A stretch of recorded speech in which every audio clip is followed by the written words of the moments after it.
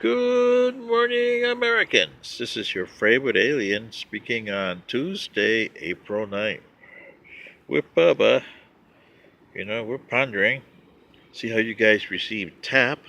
Haven't heard much of it yet, but it'll take you guys a few days to uh, get the information. But today I wanted to do a serious video on you guys and tell you what you guys are looking at. So here it is, and I'll call it a second civil war. And I'll tell you why you have this problem. Okay? So it'll be the Second Civil War. And it goes back to the Treaty of Paris of 1783. This is where all your problems started, Americans.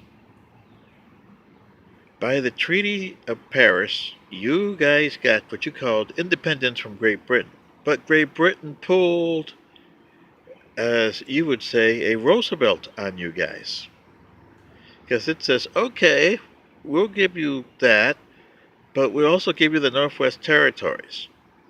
So that way they were sending a salvo to Spain and France, that they still mean business in North America. But when they did that, the Americans, later on when the Constitution was there, the Americans didn't do much between 1783 and 1789. Okay, but you had in the Northwest Territories, you had people like Daniel Boone and Squire Boone in the 1770s brought settlers over there. So you had some settlers like Boonesboro over there. That's a separate story in itself. But in 1789, the United States established their Constitution, as flawed as it was. And the problems, you had slavery. And a Constitution that says that all men are created equal. So you had a big problem there. But here's the thing that saved the Constitution was the Northwest Territory, because the government was promised in the Constitution of 1788 Convention, that is, that those territories, Georgia went all the way to the Mississippi River, North Carolina and Tennessee the same way. So, you had all that was slaves. So you had that problem, and then you became all those other states that Alabama, Mississippi, Tennessee, uh, all those states. Kentucky, well, Kentucky was kind of a wishy-washy state to begin with. It's always been wishy-washy. But then Thomas Jefferson in 1801 got another pull Roosevelt on him, because all he wanted was a port of New Orleans. And Napoleon, needing some money to fight his wars over there in Europe, gave him the Louisiana Purchase. So here we go again. You got the same problem. Territories, but the Louisiana Purchase is not as straight as the Northwest Territory was.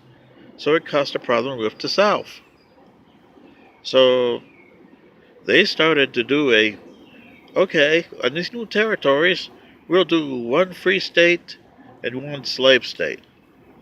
Compromise of 1820, remember that? Okay, so you settled that issue. Then came the Mexican War and Texas, remember? Remember the Alamo? Yeah, right.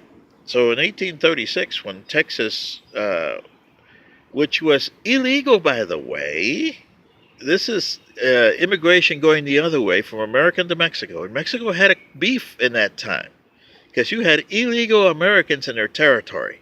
And this is what they don't teach you in history. Those Texans and the Tennesseans and the Jim Bowie, Travis, all those guys, Colonel Fanning, yeah, you were all pain in the asses. What were you doing in the Mexican territory? Ceded by Spain to Mexico as part of the 1821 treaty. Come on, Americans. Do your history right, okay? So Mexico controlled Texas. But the Americans decided, hey, our forefathers did that over there, let's do it over here and declare war and say that we want our independence. So you declared war on Mexico. You caught Santana with his pants down in San Jacinto. He was having hanky-panky, you know. Anyway, you beat him. The Texans did. And you Texans, you know that because that's your history. So you became part of the Union. The problem was, how do we admit Texas? So you had to admit Texas in 1845. You annexed it. And that's the problem. So when you annexed Texas, it wasn't neither a slave state nor a free state. It was a government state. When you and President Polk decided to be funny, he annexed it. Came back to bite him in the ass because old Rough and Ready was elected in 1848, and then you had the Mexican Cession. What do you do with all this lands over there? And he didn't want the South to perpetuate to the Pacific coast, so he was very much opposed to the Compromise of 1850. Unfortunately, he kicked the bucket, and his successor, Willard Fillmore, well, he loved it. So to make a short story straight, and I'll do more videos of this, that caused your problems. The Compromise of 1850, and by the way, African Americans, the Civil War was not about you guys. It became about you guys because President Lincoln needed something to put the Civil War on, but it started as states' rights, specifically the Southern states' rights, because they knew they were going to get a railroad, and they wanted it to go to the South. So in a future video, I'll tell you about this. But you Americans, tell me how you like this video, and whether they taught this in school to you or not. My odds are no. They did in Canal Zone schools. That's the way I was taught American history by you American teachers, which, by the way, were the greatest teachers that they had. No American teacher here in the States, then or now, can match to the teachers that we had in the Panama Canal Zone. Thank you.